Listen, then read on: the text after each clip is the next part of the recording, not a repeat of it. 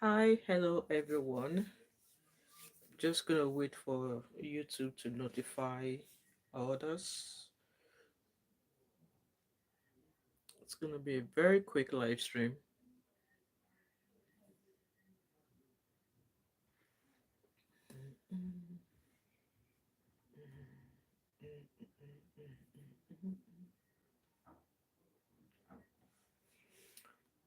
Hi everyone, please come on in and like the live stream. It's just gonna be a very short and quick live stream. There was a story I saw about a lady that passed away in the US, and the story kind of like got me in all emotions. And so I thought I would come talk about it. So it's gonna be a very short live stream, okay? And so yeah, I think I'll just get on to it. So my name is Wemimo, and I'm also known as Thatmumof5 and also known as TMO5 Kanduko. If you're new to my channel, welcome. And if you're a returning subscriber, thank you so much for always coming back. So according to the story, we're talking about Michaela Mabinty DePrince. So you might probably be wondering who is Michaela DePrince. So I was just on Instagram this morning while I was at work, and I saw this story and I watched that story and my eyes welled up. I was at work during my breakfast break that in the morning when I saw that story, and I was like, oh my god, there are so many things that some of us living in this world that we should be thankful of. Our story gripped me in a little way, and I've already shared the story. Like I've told my daughters to go read about it, because our story really touched my heart. So I'm gonna be reading the story here. I just want to read about something like the story about her life, okay, and then some of the things that happened to her while she was in before she was adopted. So according to the title there and according to the thumbnail, she was referred to as, in quote, the devil's child, or child of the devil. And then she was the number 27 child whom nobody else wanted. And we're gonna listen to the video here, and it's just so touching. And me bringing this story is just to make us remember our life, okay? And that for the fact that me and you, we are sitting down here and doing what we are doing now is a luxury, okay? Is a luxury. So let me quickly read about Michaela. So Michaela Mabinty DePrince was born on the 6th of January 1995, and she passed away. Unfortunately, she passed away on the 10th of September of this month. She was a Sierra Leonean American ballet dancer who danced with the Boston Ballet, the National Ballet, and the Dance Theater of Harlem. Hello, Fashion with Pearl, welcome.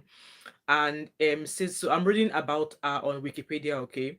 The prince rose to fame after starring in the documentary First Position in 2011, which followed her and other young ballet dancers as they prepared to compete at the Youth American Grand Prix, where she won a scholarship to the Jacqueline Kennedy Onassis School at the American.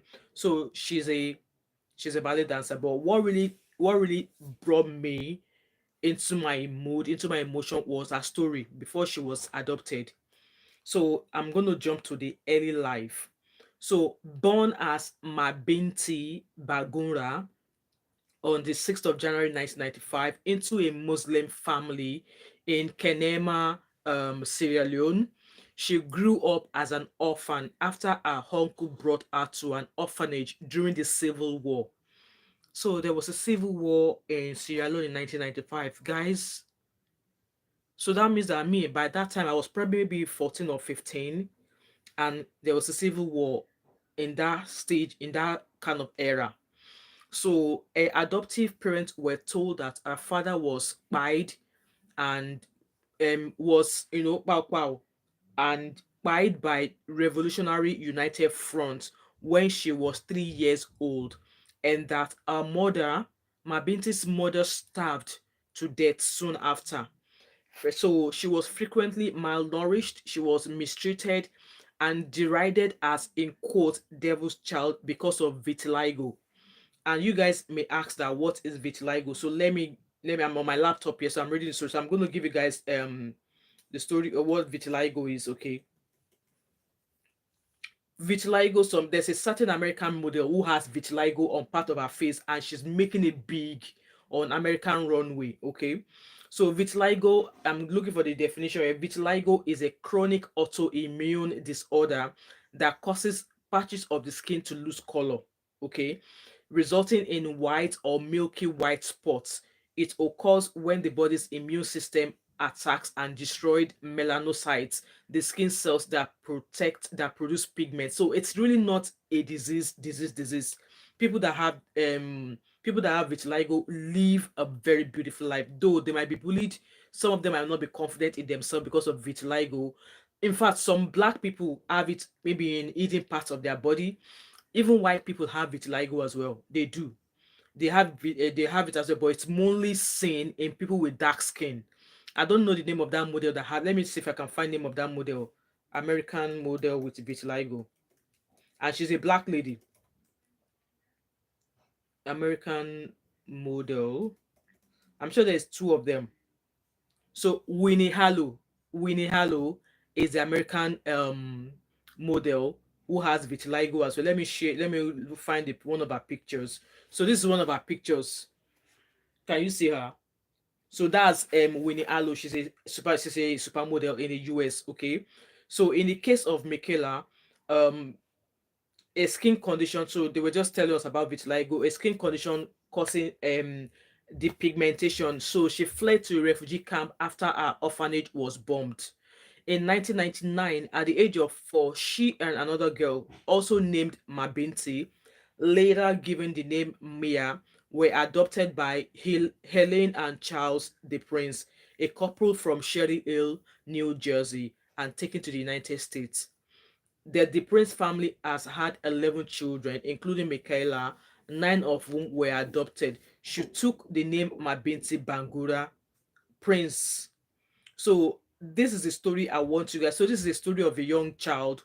Hello, yeah, Michael Jackson asked it as well. Thanks for that for me.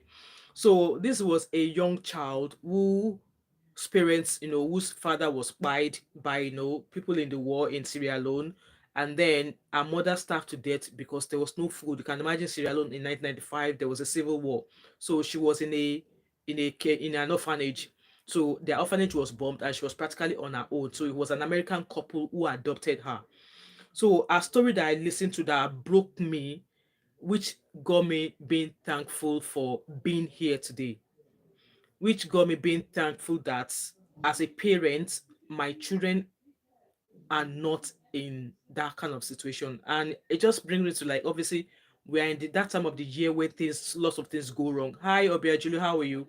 So when I saw her story, the story said she was called child number 27. And if you are, as a child who was called number 27, she was the least favorite child. That is, that multiple people have come in to try to adopt her, but they never. So if you are a child number 27, she was not getting the most food. In fact, let's listen to the video, okay? Let's listen to the video. Who has been Beyonce's dance captain, pop culture icon. She is a ballerina extraordinaire. They called you the Devil's Child. Michaela was You heard her there that she said they called her the devil child. abandoned at an orphanage where she was treated like a pariah. The adults thought she was cursed. It's not a fairy tale. There is a... They thought she was cursed because she had vitiligo around her neck. You guys, if you had the chance, feel free to go Google her image. The vitiligo was just around her neck. That was her only offense. And let's keep listening. A lot of loss and a lot of pain. They ranked us by favorites, and 27 was the least favorite. I was number 27. 12 families had refused to take number 27. 12 families. So 12 families saw her, obviously want to adopt a child, but because she was the least favorite, she was child number 27. So she was least favorite because of the vitiligo around her neck. That was her only offense. That was the only thing why she was the least favorite child. The child number 27, and she went through a lot. They kept saying, why would somebody want to adopt the Devil's Child? I knew that it would be difficult. There was going to be more rejection ahead of her. It's really painful. It never stops hurting. And they thought that it was evil? Yeah, definitely. I felt very much so. You can imagine a child of 4 years old in an orphanage, people coming to adopt children, obviously because they saw that she had vitiligo, they didn't wanted her. And she said that she felt very much alone. She doesn't have a mother, she doesn't have a father. She was brought to the US and there was nobody was willing to adopt her. When I was watching this, I before I knew what was it, I disagree. Before I even knew I was at work, during my lunch break, my eyes welled up in tears when I was watching our story, you know. I really wanted to die. How can you blame a child for that? What were your chances from this world? There was none. The only way I could survive was to prove everybody wrong. And I needed to find something to give me hope, to help me to continue to fight. But that hope was smashed by unimaginable horror. She was about to endure something so tragic that the memory is still scalding. But how did it all begin? Why did they call you the devil's child? Yeah, so you guys can listen now to why she was called the devil's child, okay? I don't remember the faces of my biological mom and father. I can see their figures, but I don't even remember what they look like. Can you guys imagine a child remembering a figure but not remembering the face of their parent? I hope you guys could hear her. She could not remember the face of her parent, but she remembered their figure. They were the only people who believed in me because of my vitiligo.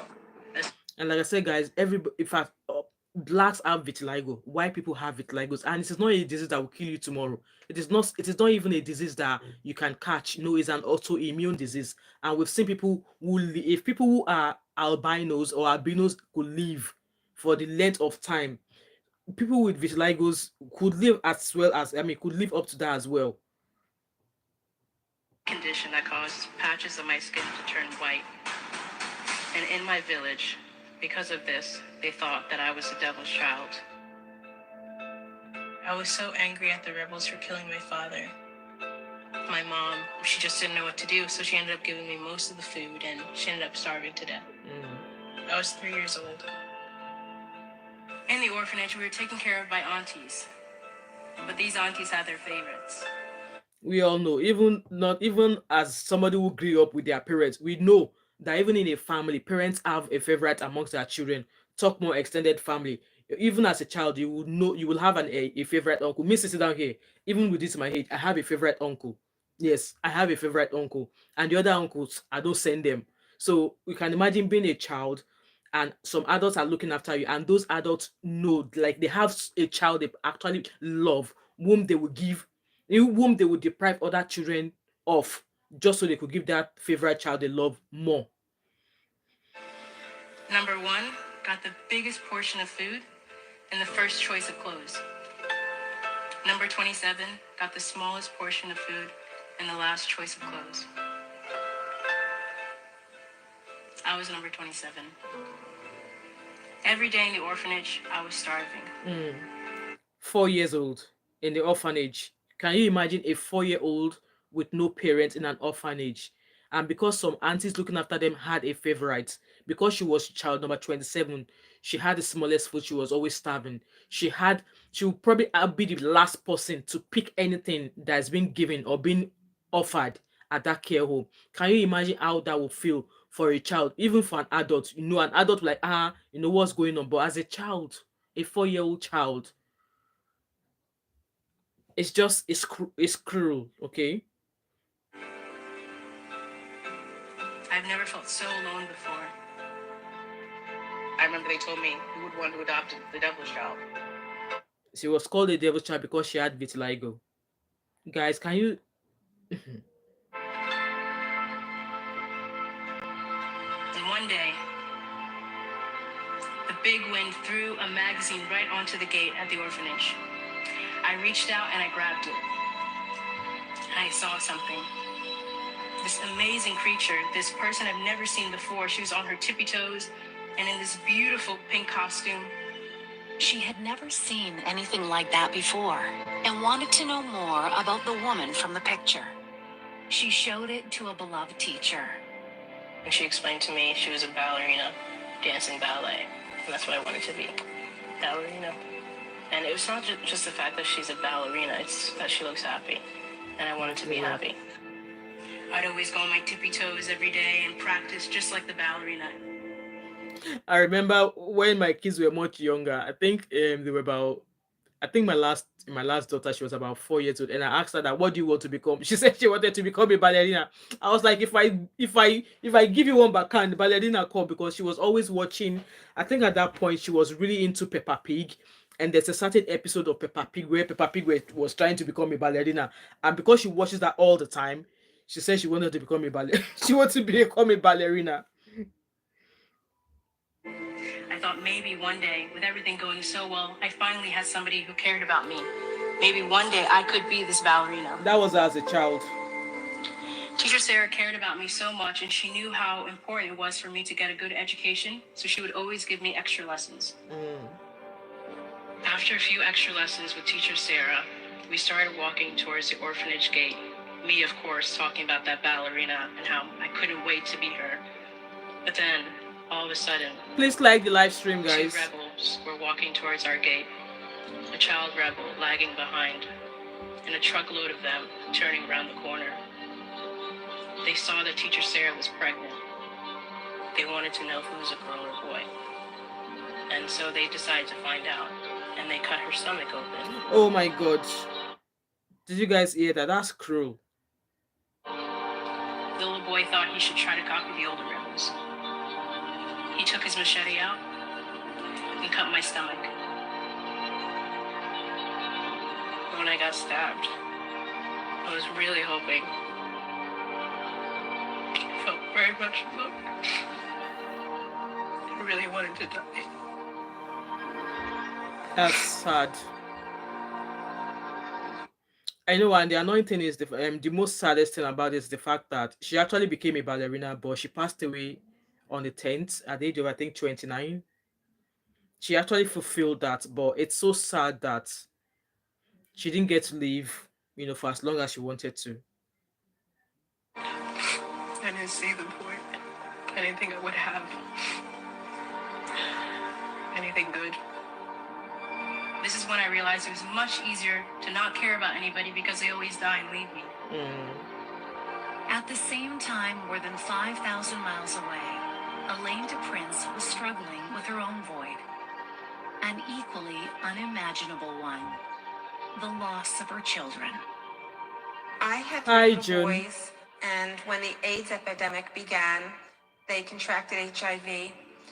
Michael died at the age of 15. My son Cubby died at the age of 11. Elaine was heartbroken, but she wasn't going to let that stop her from living and loving. I got a call from the adoption agency. The orphanage warned Elaine that 12 families had rejected number 27. And I think that's not quite fair, though. Like, if some people are interested in coming to adopt a child, is it, excuse me, a right weekend? It's all right, June. Just like they said there, that the orphanage told the people who are interested in adopting her that 12 families already rejected her. I don't think it was right that they had to say that to other families who actually wanted to adopt her. Hi, UK family, how are you? I don't think it was fine, right, because they said there that they told the family who wanted to adopt her, who came to say, you know what, child number 27 was rejected by 12 families. I don't think it was right that they should do that. Because what if these people decide that regardless of whatever might be wrong with this child, we still want her?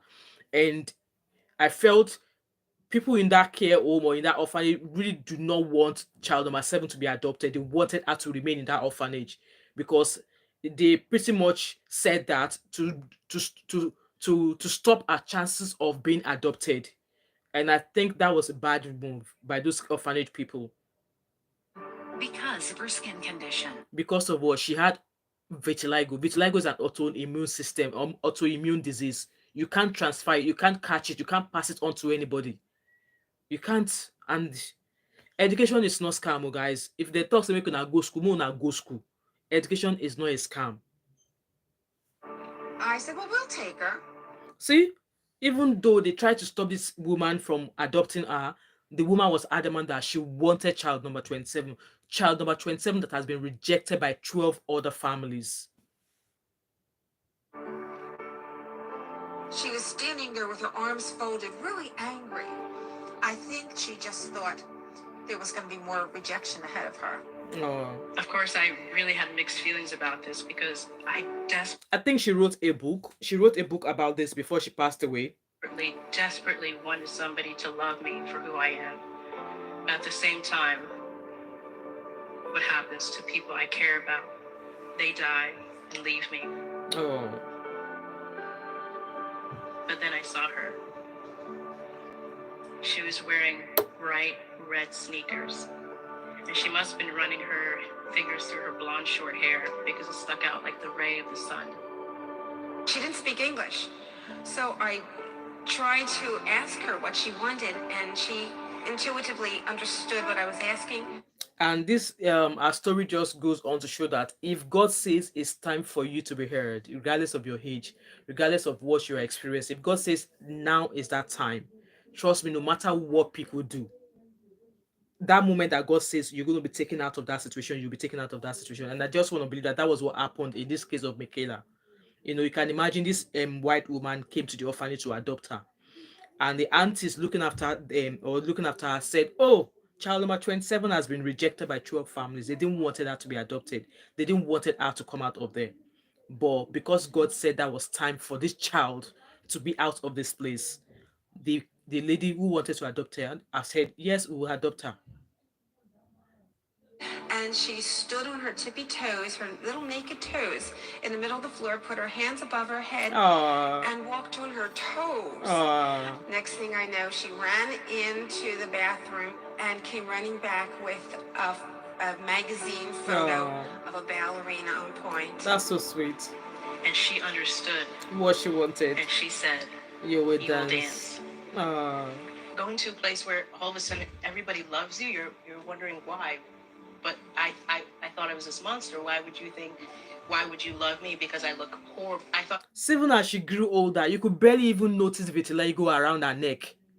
Because the way it works, there'll be some times where you will lose lots of pigment around the skin, and there'll be some time whereby you will lose less pigment. So I think there's a way the body system works whereby you might lose some pigment at some point, and there will be at some moment sometimes whereby you will lose a lot. So because looking at this video here, you could barely even notice the vitiligo around the neck. Talk more of that Whitney Allo, that American model, who has, like, she has across her face, her neck, her arms, and she's a model in the US. And she's a model in the US. And she's a model in the US. Even this Michaela's vitiligo is nothing, like nothing even compared to that of Michaela's. Like a monster. Once we were in the United States, my American mother kept her promise and drove me to my very first ballet class. I remember my first show. I was terrified because I thought, okay, well, if people can see my spots, that meant I could not become the ballerina I wanted to be. So I asked my mom, like, can you, like, make sure, like, if you see it, let me know. And I said, no, not really. They look like pixie dust. And she says, oh, good. Now I can be a professional ballerina. Oh, that's so I sweet. had such a big family, and I was surrounded by so many people who didn't care about what I looked like. They just cared about the fact that, you know. She's beautiful, to be honest. She is, I mean, she was a beautiful lady because she's no more now. I was part of their family. Oh. Just the fact that I was able to be myself, it was such an amazing feeling to feel like you were free. My parents were able to convince me that even though the people I love may die, their love will always stay with me. Absolutely. For once, I was very happy finally. So that was and then obviously, like I said, that was the story of Michaela there. Even though you know, with what she went through as a child in an orphanage, somebody who loved her came for her, even though she was that rejected child, even though she was that child nobody wanted because she had vitiligo. Even the people in her village called her the devil's child. And you know, she was given a number 27, which means that she is a child who will be the last person to get anything good. She will be the last child to get anything good. And here it's so sad that, you know, it did say here that she was 29 when she passed away. She was in a, look at a picture of her. There was no way you'll have thought that she had vitiligo. Like, look at a picture of her. You can't even see anything around her neck. You can't even see it, you know. So it's been said that she performed with Beyonce, and yeah, she was 29 when she passed away. So they've really not announced the cause of her death yet, but um you can imagine a child that was brought out of a war-torn country. She was loved by another family, and then she was given another chance to life. And it was when I was reading her story of how it happened, and then she passing away. It just brought tears to my eyes, and obviously I think I'm going to round up. I think the lasting word I want to give us all is that we don't know it all. Okay, we don't know it all. Me sitting down here, I don't know everything at all. If there's anything we don't know at all, we are not sure about. It's all right to ask questions. It's all right to maybe dig further about it. Look at the case of this lady now. She was, she had vitiligo. Vitiligo is a skin condition. You can't catch it. You can't give it to, you can't pass it on to somebody else. Even if you go on to have children, you can't pass it on. So look at, for example, people who are albinos. There's 99.9% that somebody who's an albino will not have a child who is an albino, you know. But with that, with what has happened to this child now, even though our people try to stop other people from adopting her, but she was still loved. She was still loved, and who loved her? She was loved by somebody who has a total skin color to her. She was loved by somebody who has a total skin color to her. She wanted to become a ballerina, and this parent who adopted her made sure that she danced. It's just so sad that, even at the very young age, at the age of 29, she passed away. She, as you all heard from her video there, that she often like she felt alone all the time. And I'm just so glad that at some point in her life, she had somebody who loved her, and that was all that matters. She had somebody who loved her. And like I said, unfortunately she passed away now. She's known because lots of social media platform are actually talking about her. She's been known to dance with Beyonce. She's one of the West End or wherever where they dance in the US, though she's been recognized because she was a good ballerina. So my lasting word is to say to you guys that show love to every child you see around you.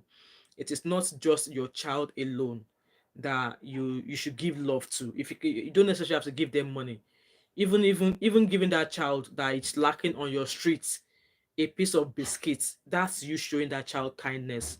Even if you see a child who is walking to school and you see this child shoes, that they are tattered shoes, even branching to buy that child a shoe, that is you showing kindness. So I just want to bring us back to the fact that we should show kindness to one another, okay, regardless of where we find ourselves in the world. Because at the end of the day, you might really not get the payback of what you are giving.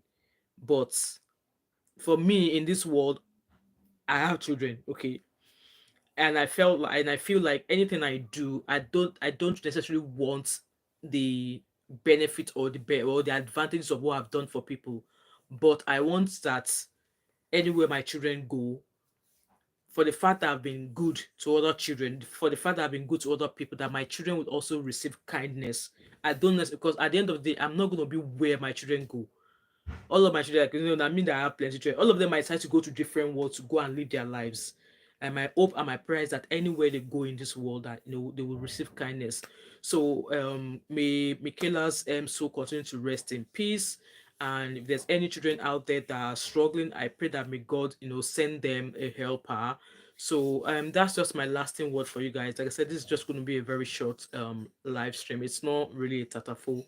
Okay, I'm still a bit down from reading her story because her story really touched me, knowing that in the year 1995, I was a young child as well, and even a child who was even much younger than I was then, was in a war-torn country. Her parents being unalive by some people, and her mom starving to death. I'm gonna be cheering now, so I'm just gonna round up and go. And when I saw that, it just kind of like lowered my mood. But I want to believe that she was able to achieve what she wanted in her life, to become a ballerina, and she was able to achieve that. So yeah, that's just my lasting word to you guys. That be kind to everyone you see out there. It does not necessarily have to be monetary things. Even maybe somebody who might be able to offer them help, that is you being kind. Even if it means that maybe somebody is looking for a job, or there's a parent whose child just need maybe school uniform. There's so many ways we can show kindness. So I'm going to round up now, guys. Thank you so much for joining my live stream. I really appreciate you all for joining me. And yes, let's continue to show love. Okay, no hate. Let's show love. Let's show kindness. And I hope to catch up with you guys later on. And if you have just new on my channel and you're watching this video back, don't forget to like, subscribe, turn on the post notification, share this video, tag, and I shall see you all later. And have a beautiful Monday night. All right. Bye, guys. Bye. You're welcome, Obiajilu. Take care now. Bye.